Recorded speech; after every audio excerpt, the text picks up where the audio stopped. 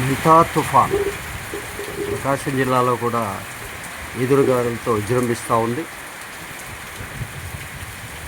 ఇది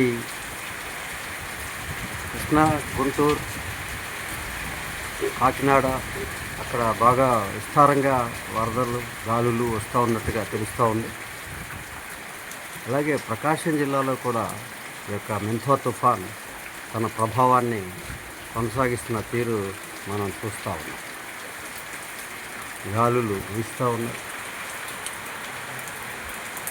అలాగే వర్షం జల్లులతో పడుతూ ఉంది. ఈ తుఫాను రాను రాను రాత్రికి మరింతగా కొనసాగే అవకాశం ఉందని వాతావరణ శాఖలు చెప్తా ఉన్నాయి. దీనికి ప్రజలందరూ అప్రమత్తంగా జాగ్రత్తగా వహించి తగు చర్యలు తీసుకోవాల్సిందిగా ప్రజల్ని కోరుతారు.